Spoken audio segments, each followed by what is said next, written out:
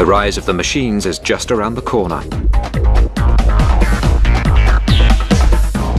Robot technology is moving into a whole new world. It is the stuff of science fiction. But should we fear the robot of the future? Or welcome innovation designed to make life easier for us all?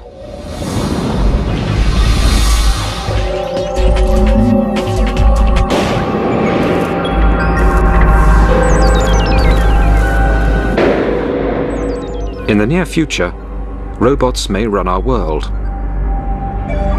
They could manage our cities, our money, even the details of our private lives. They don't have minds of their own, but could they? If they did, what would happen to us? We've seen it at the cinema.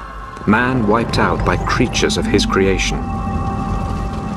For example, in the movie 2001, we had this beautiful spaceship with the state-of-the-art computer technology, and HAL was to carry out all commands given by humans. However, you know how humans are. We're messy.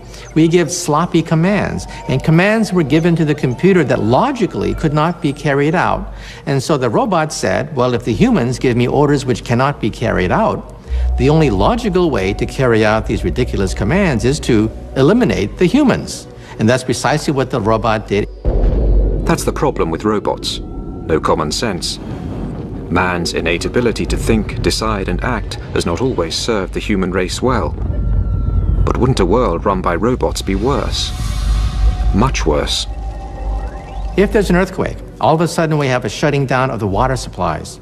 And the robot will say, well, we must take care of all the fires that are breaking out. It'll divert all the water to taking care of the fires. And at that point, there's going to be a massive dislocation in the water supply inside a city.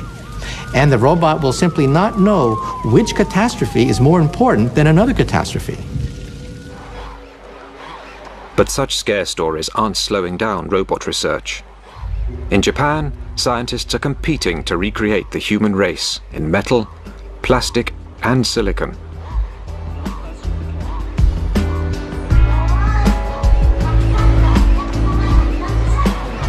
This is Asimo, the first humanoid to walk out of the laboratory and into the real world. It's designed to look friendly, not the kind of robot who'd zap us with a laser.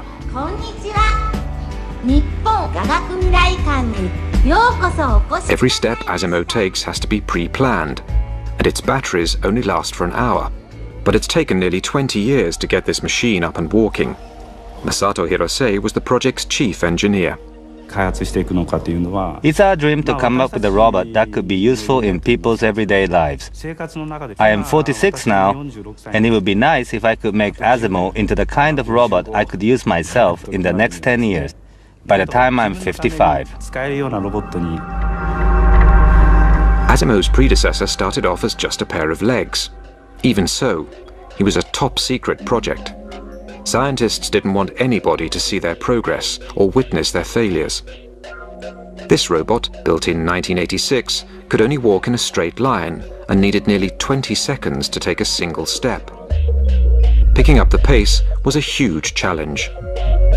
To walk upright, a person uses 200 muscles, all controlled by the human brain.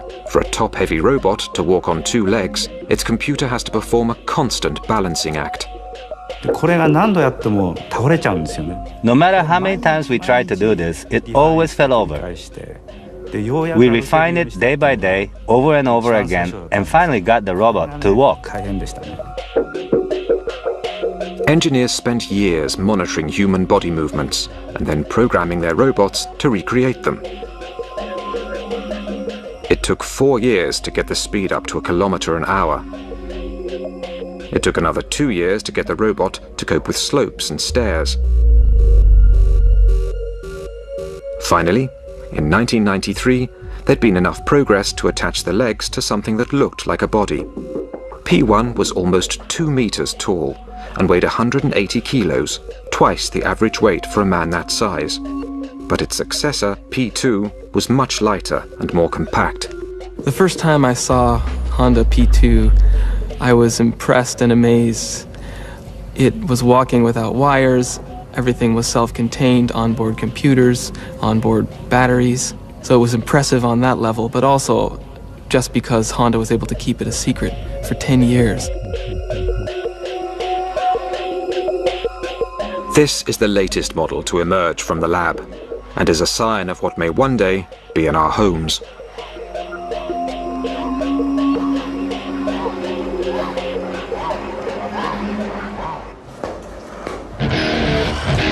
The quest to build the first artificial human is highly competitive. H7 is the result of a multi-million-dollar research project funded by the Japanese government. The objective? The creation of humanoid robots capable of performing complicated tasks, like playing football. Keeping your eye on the ball and kicking it with your feet may be child's play for humans, but it's a major advance for machines.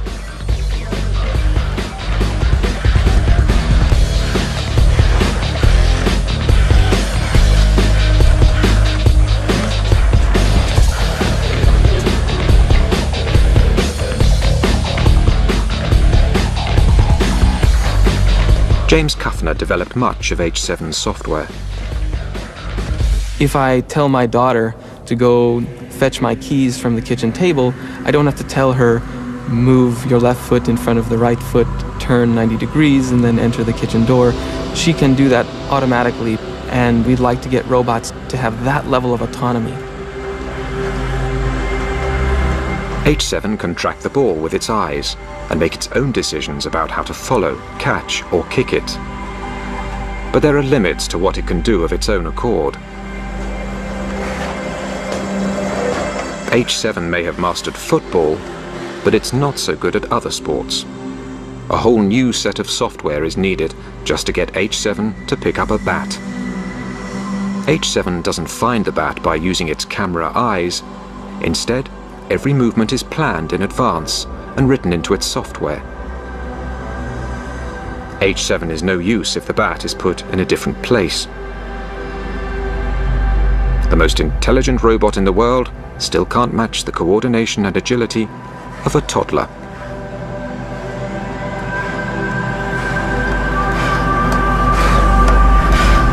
The software that I wrote for H7 took over 5 years to develop and over 100,000 lines of code.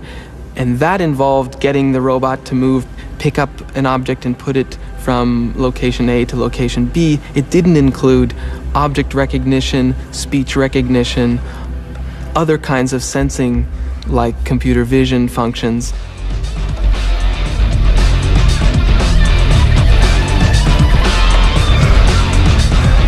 Robotics research has a history of constantly reinventing the wheel. Every time a new machine was developed, they had to write again from scratch the software to control it. So I really believe that we're not going to be able to make progress in robotics without some way to build upon the lessons learned.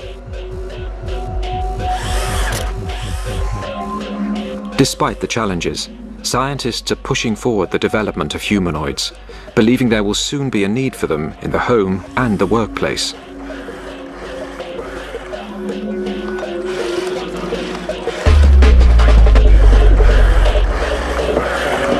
If you take a look at the Japanese population, it is aging rapidly.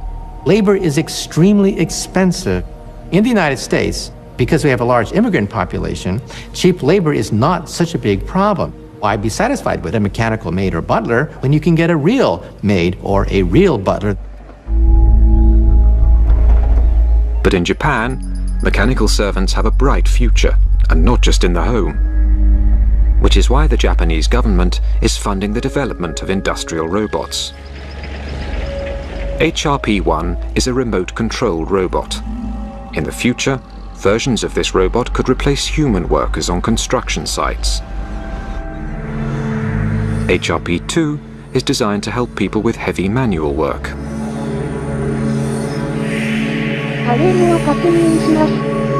It's remotely controlled by instructions given through a headset.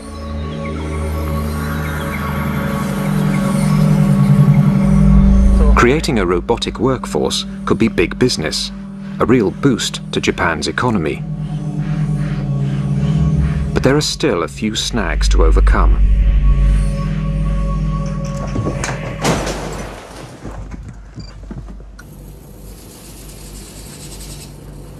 Staying upright is a delicate balancing act. Humans who have 10 billion neurons in their brain have spent over 2 million years learning how to do it.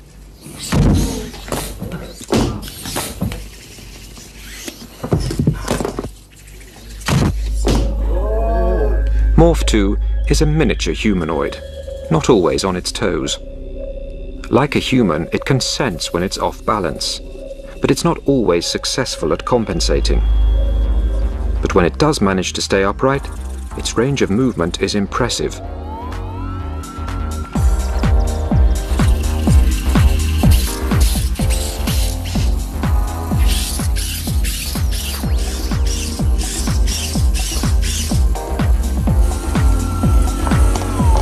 A whole new meaning to agility tests.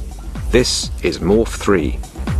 Its incredible flexibility is made possible by 26 joints, all coordinated by 133 sensors and gyroscopes, which detect changes in pressure and position. But they can't process all that information as quickly as humans, which is one reason they fall over so often.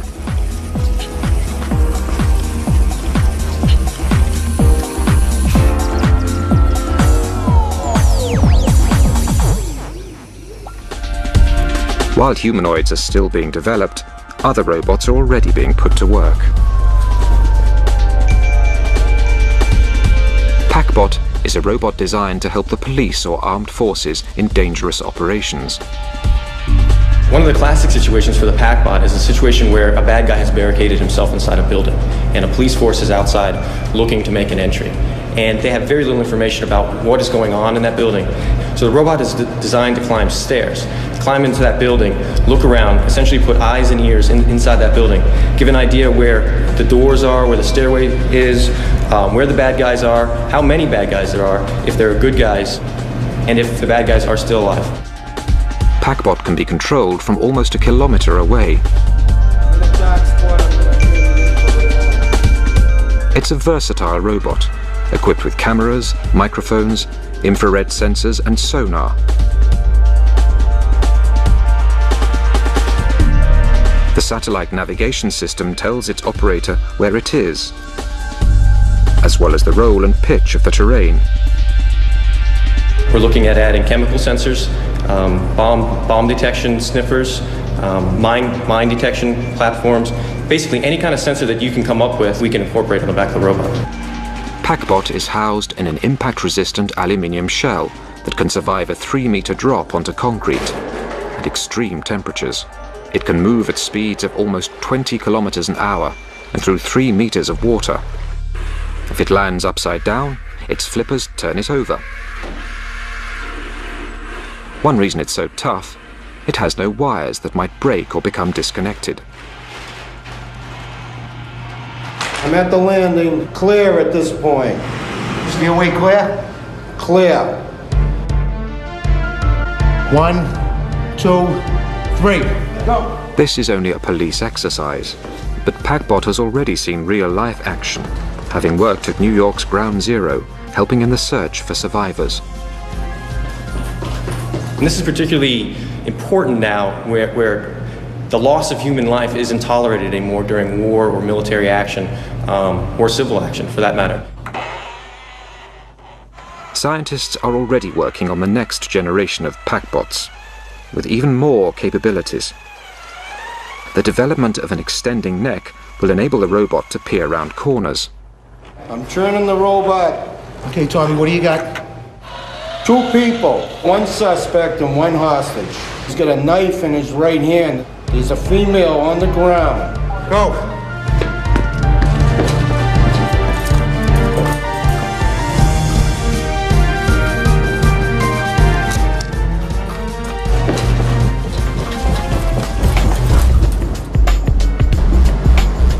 At the moment, PackBot works alone. But there are situations when it will be an advantage to have a whole team. This is becoming possible with new technology called Swarm. This group of little robots works cooperatively. At the moment, they are playing Follow My Leader. The inspiration for their software, the behavior of ants and bees. In nature, 20 million individuals in some of the larger societies of ants all come together and work for a common goal. And they don't have cell phones, they don't have internet, they don't have GPS, but yet they're able to work together collectively and to do complex things like map their environment, form paths, carry food around, communicate information to their nest mates, things like that. So we're trying to get some of that intelligence into robots. Swarm bots can talk to each other without human control. Follow My Leader makes communication easy, especially underground where radio links don't work. The swarm can pass messages through each other until they reach the surface. One robot can say, I need 5 robots to follow me, and 5 robots will run and compete to be the 5 that get to follow, and they'll follow this robot like a train. If one of the robots fails, maybe its motor dies, or maybe it gets caught in a crevice, the world is very difficult. It doesn't matter, because another robot can just jump in and take its place. Teamwork means the swarm can spread out at speed, covering a wide area quickly. The robots can create an up-to-the-minute moving map of the disaster area. So, for example, you could put a lot of swarm members into a burning building, and they could spread out. And they could all have sensors that say where the hot spots are, where the smoke density is, where people might be found. So you've got this map that's growing very quickly. One robot wandering around could never do that. Ultimately, the goal is to construct thousands of swarm robots, clever enough to take on intricate tasks in difficult environments, such as searching for landmines, rummaging through rubble in the aftermath of an earthquake, or even exploring forbidden planets, like Mars.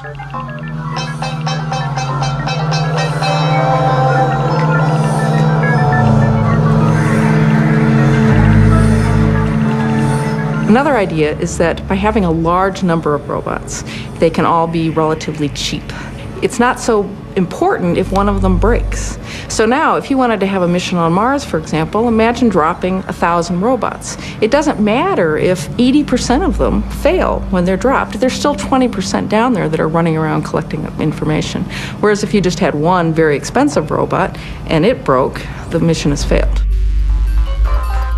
And with these uncomplaining automatons doing the dirty work, there's no risk to human life. Robots can withstand the stresses, the strain, the radiation, the deprivation that exists in outer space. They don't complain, they don't require life support, and they don't have to come back. But space research will have job opportunities for bigger robots too. Robonaut is a remote control robot developed by NASA to work outside a space station where there's danger from space debris and cosmic rays. Safe inside the space station, the astronaut wears a special visor and glove. When he turns his head, the robot's head turns too, and sends back video images of what it can see. When the astronaut moves his hand, the robot mimics the action. One advantage of humanoid robots is that they can work with tools and equipment designed for people to use.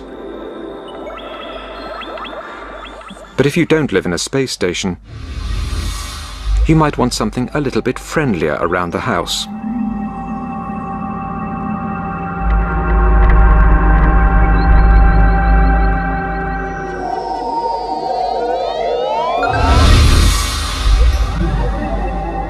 How about a robot that could greet you at the door?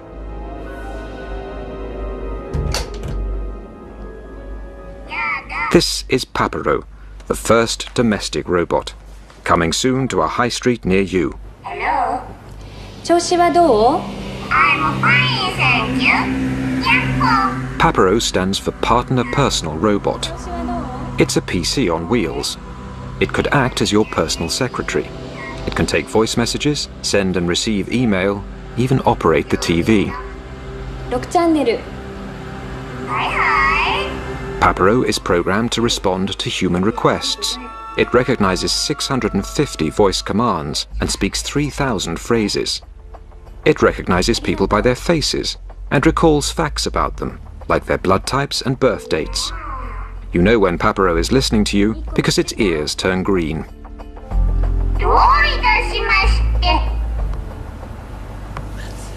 Papero can easily be linked to the internet or telephone.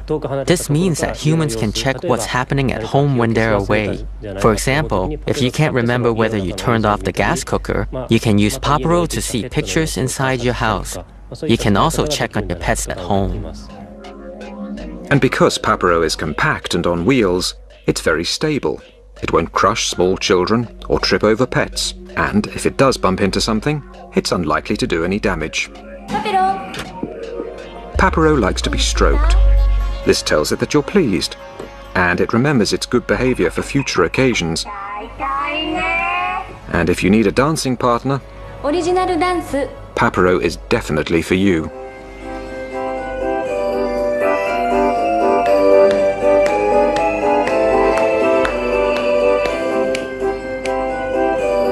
Papero can be as endearing or as irritating as a 2-year-old child.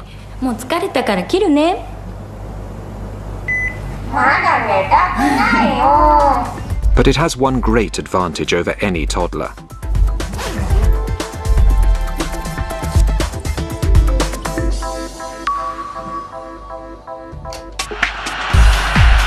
"20 years of research have gone into today's robots. But are they ready to join the workforce? Our robots today have the collective intelligence and wisdom of a cockroach, a retarded cockroach, a lobotomized retarded cockroach. However, because of the doubling time of computers, I think that by the year 2020, we may have robots that are as intelligent as mice, perhaps as intelligent as a dog. If robots are really going to be useful, they're going to have to learn how to learn. The dream of developing a human robot has endured for decades, and substantial progress has been made. Now they can talk, walk, and sometimes outsmart us.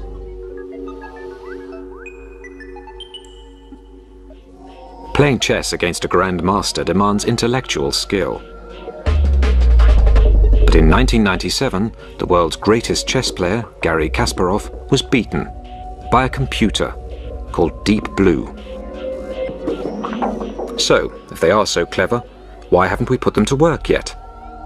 The real problem, why we don't have mechanical maids and butlers, is the common sense problem. Things we take for granted are almost impossible to perform by robots. We know that water is wet. We know that strings can pull, strings cannot push. We know that when you die, you don't come back the next day. It would take experts centuries to program a robot to have the common sense of a 2-year-old. So now, robot designers in America are trying a different approach, getting them to learn. Cog is a robot that, like a baby, is learning through experience. Cog has several cameras. Through them it can see objects in wide angle or close up. It can track objects, sense and depict color. You see, robots can see. In fact, robots can see about 10 times better than you can see. But robots don't understand what they are seeing. They don't understand anything more than lines and simple geometric patterns. At first, Cog didn't know where its arms stopped and where an external object began. But by seeing and poking these toys, Cog is slowly learning the map of its own arm and how to distinguish a particular object from the background.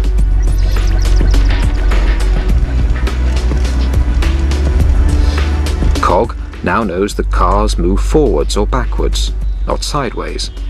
So, even when the car is placed in a different direction, Cog hits it from the front or back.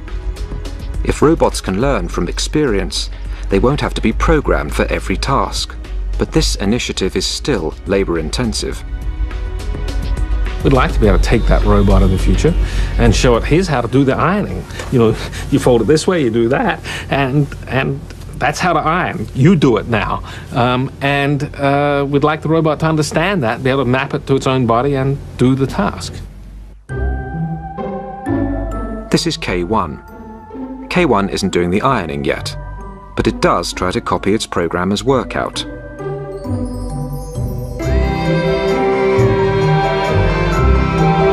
Judging by this performance, no one is going to let it loose on the ironing for some time. Copying is just the first stage of developing intelligence. If K1 is ever going to learn how to do the ironing, it will not only have to know how to hold the clothes and move the iron, it will also have to understand that the aim of the exercise is to get the clothes free from creases. To achieve this, K1's designer, Yasuo Kuniyoshi, sees a future where robots will grow up and learn alongside humans. This might sound like a science fiction story, but I'm talking about a very long term ahead, the far future. It can happen that newborn human babies are assigned partner robots from the beginning and then grow up together with a robot. A robot would learn its human partner's likes and dislikes and adapt its behavior accordingly. But that's a long way off for K1. After all that exercise, it's time to strip off and cool down.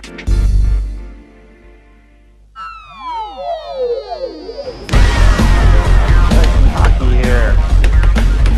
Okay, you go, DB. Now you're playing. Darren Bentivegna is teaching DB to play air hockey. DB's camera eyes have been set up to track the puck's bright colour. So far, so good. As long as the lighting conditions don't change. Now you know how to play it. Alright, getting a little better. But to play the game, DB not only needs to see the puck, but to predict where it will be a few seconds later. That's my score. The puck not always can be seen. Sometimes it goes underneath an arm or it's in a corner. So when this happens, DB cannot see the puck anymore. So it's almost as if you were to play air hockey and somebody was always to do this to you. So you're trying to predict, and then all of a sudden somebody covers your eyes, and then they take your hands away, and now the environment has changed. Yeah, okay, now hug the puck now. Give it up. Once DB has learned how to keep an eye on the puck, it then needs reasoning skills to decide its strategy.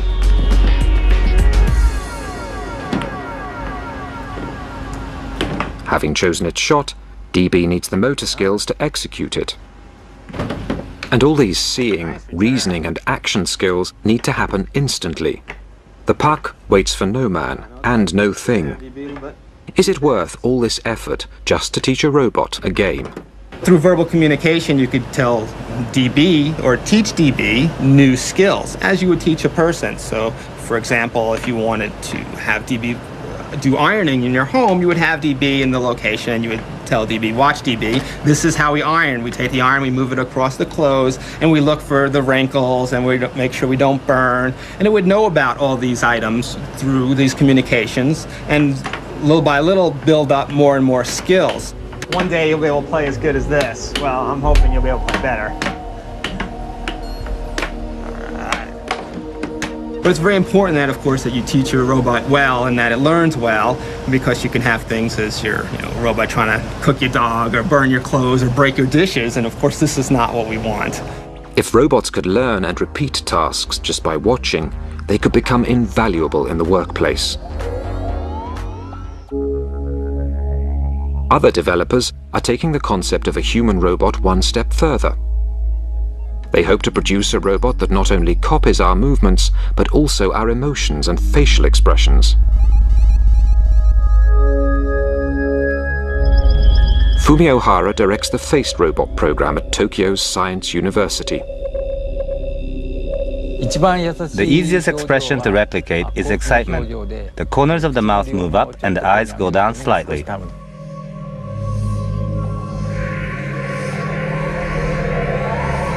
But for surprise, the eyes get bigger and the mouth opens, like this.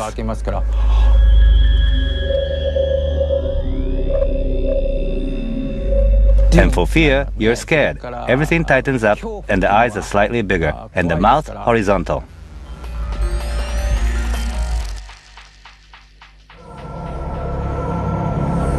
Not exactly a pretty face, but a functioning face, the first of its kind in the world. Silicon is stretched over the skull, made up of semiconductors, wires and pistons. The wires have to be positioned in exactly the right place to replicate the muscles in a human face. But expressions like fear, surprise and anger use similar muscles and can be difficult to tell apart.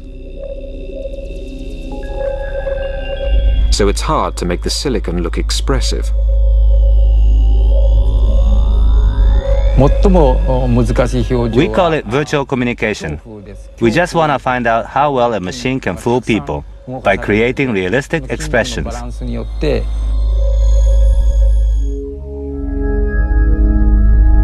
Hara believes that a great deal of communication is through facial expression alone. To communicate effectively with humans, robots will need to express feelings we can understand. With the help of tiny video cameras mounted behind the eyeballs, this robot can already read human faces and copy what it sees. It's programmed to recognize and recreate 6 emotions.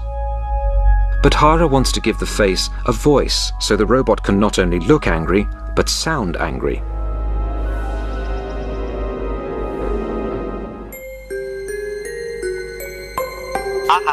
Meet WE4, Mr. Personality.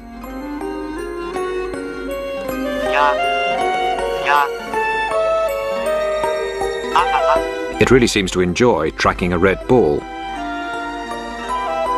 and doesn't like being ignored. It shows surprise when the scientist opens a bottle of vodka, but it does like the smell. WE4 can make expressions of disgust, fear, anger, surprise, sadness, and happiness.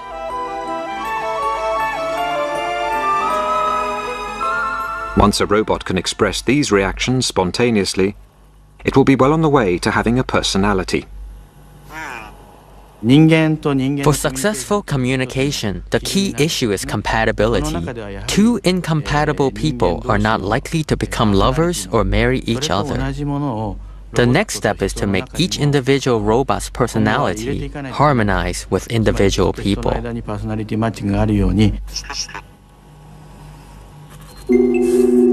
Rodney Brooks is developing a sociable humanoid robot he calls Kismet. Do you want to talk to me today?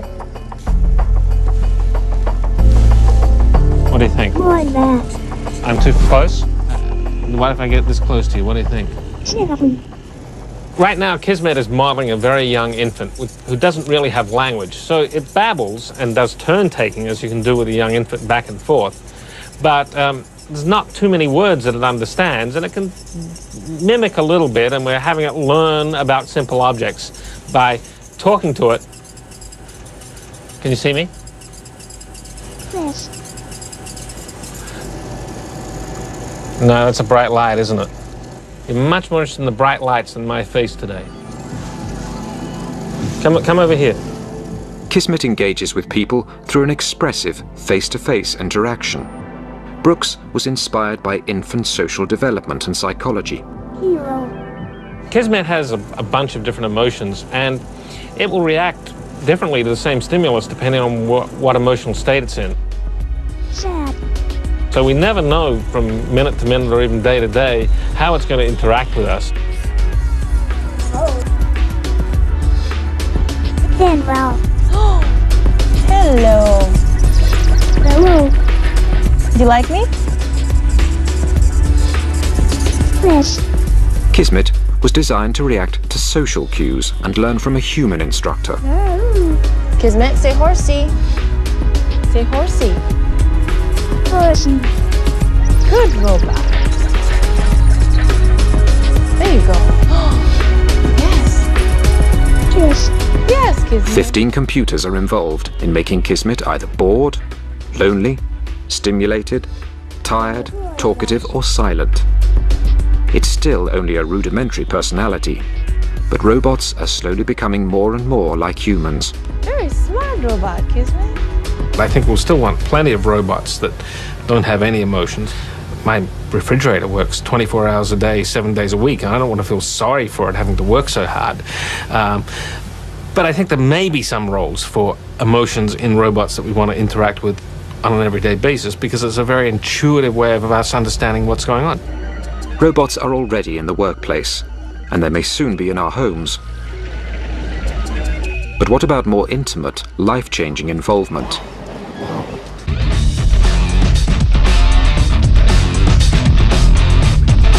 Eric Harper looks like anybody else. But one part of his body is completely robotic. 9 years ago, Eric lost his right arm in a printing press accident. The day I lost my arm, I had been working late. The rest of the shift had gone home, and I jumped up onto the machine and actually fell in and was drawn into the machine, and then it shut down. My arm's stuck in the press, and day shift isn't going to come in till 5:30. So I have 4 hours to wait. Eric was eventually rescued, but most of his right arm had to be amputated. I was right-handed, and having lost my arm, it was like, oh, well, this is going to kill me? No. I'm going to go on. I'm going to do what I want to do. I have a life to live, and it's not going to stop me. The robotics in Eric's new arm are designed to respond naturally to his body movements. The arm consists of microprocessors, circuit boards, motors and gears. It weighs nearly 3 kilos. Electrodes in the socket receive electrical impulses from what's left of Eric's muscles.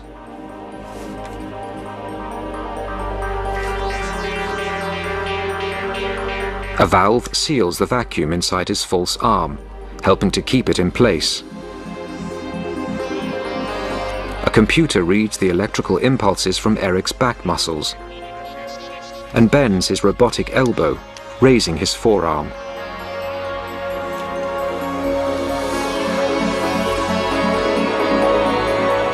Eric can make his hand close by flexing his biceps and open by flexing his triceps.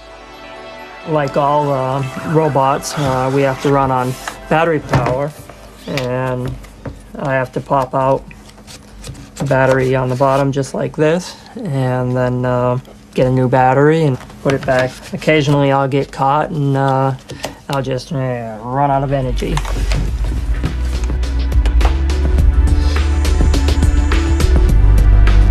Eric's arm, although not perfect, has changed his life.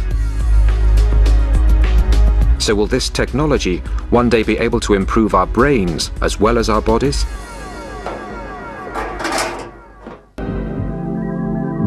This stroke victim can't move or speak, but an electronic brain implant gives him the ability to operate a computer by the power of thought alone.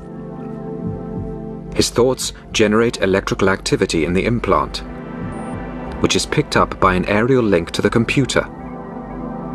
The signals are then translated into action, and the cursor moves on the screen. The brain is able to communicate with electronic devices really because they speak the same language, which is electricity.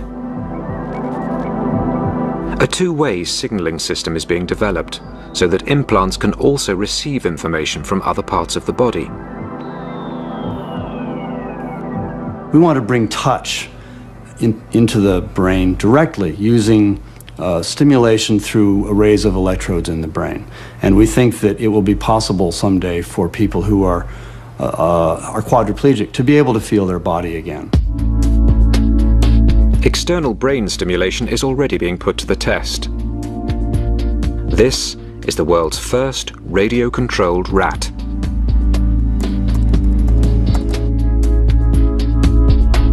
I didn't set out to make Jihad Ninja rats. What we wanted to do was an experiment that gave us a sense about how well animals understand signals that come directly into their brain. Rats have poor eyesight. They use their whiskers to find their way around in the dark. 3 electrical probes, each the thickness of a single hair, were implanted in the part of the rat's brain that picks up signals from its whiskers. The operator can direct the rat by typing commands into the computer. In one way, you could compare the system to a child's remote-controlled car. An operator stands with a laptop and sends out key signals.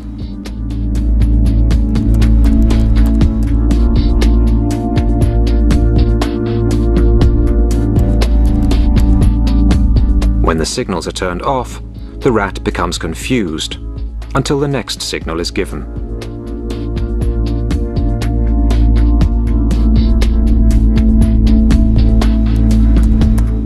Dr. Talwar believes his remote-controlled rats could be very useful. At the time we were doing the experiment, 9/11 happened in New York, and we were looking at these images on television, and it occurred to us that what we have in front of us could be a very cool technology to solve many of the search and rescue problems. Rats could be invaluable for search and rescue amongst wreckage, or for sniffing out hidden landmines. Unlike clunky machines, rats are familiar with rough terrain and small spaces. The concept has not been well received by animal rights groups. Such experiments will be regulated and may be limited if they're shown to cause unnecessary harm or stress to the rats and mice. But one day, humans might choose to have brain implants themselves. As the baby boomers of the world get older and older and more scared of falling apart, I think you'll see lots and lots more medical pressure to augment our bodies and improve them through putting direct silicon digital connections inside our bodies. We've seen time and again that what starts out as a technology for helping people who are ill or sick or injured then becomes optional. And the great example of that is cosmetic surgery. It started out for helping people with burns, but now cosmetic surgery has a whole life of its own for improving people's looks and well-being. If this is what we're prepared to do to make ourselves more beautiful, what would we do to be brighter, more talented, more athletic? We could give people supranormal senses. We can give them the ability to have ultrasound. If you have ultrasound, then you can detect the presence of objects near you without seeing them. You might be able to use infrared, which would allow you to see in the dark. You might have supranormal reflexes. You'd be able to hit a baseball coming at you much faster than you can now.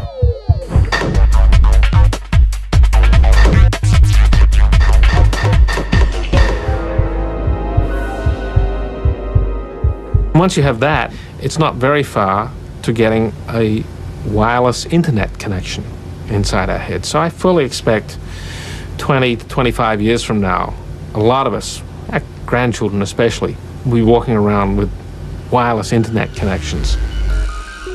And there will be robotic devices throughout our environment. Millions of chips will be embedded in our furniture, utensils and clothing.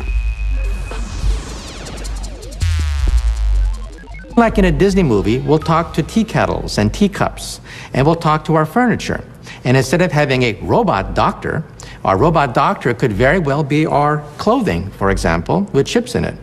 Our clothing will monitor our health, our heartbeat, monitor our bodily fluids, and in case of an accident, our clothing will alert the authorities and download our entire medical history before the ambulance arrives.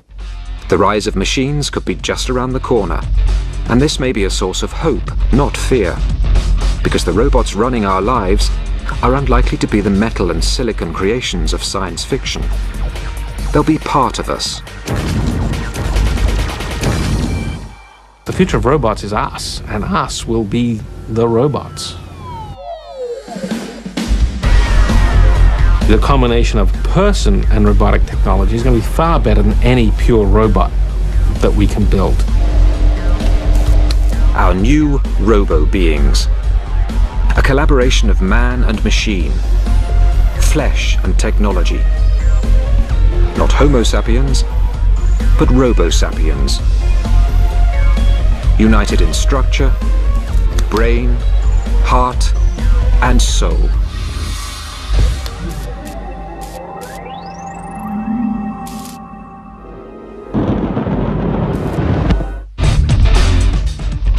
Next tonight, there's a terrifying game of cat and mouse off the coast of Bermuda when American and Soviet subs collided. Nuclear sharks after the break.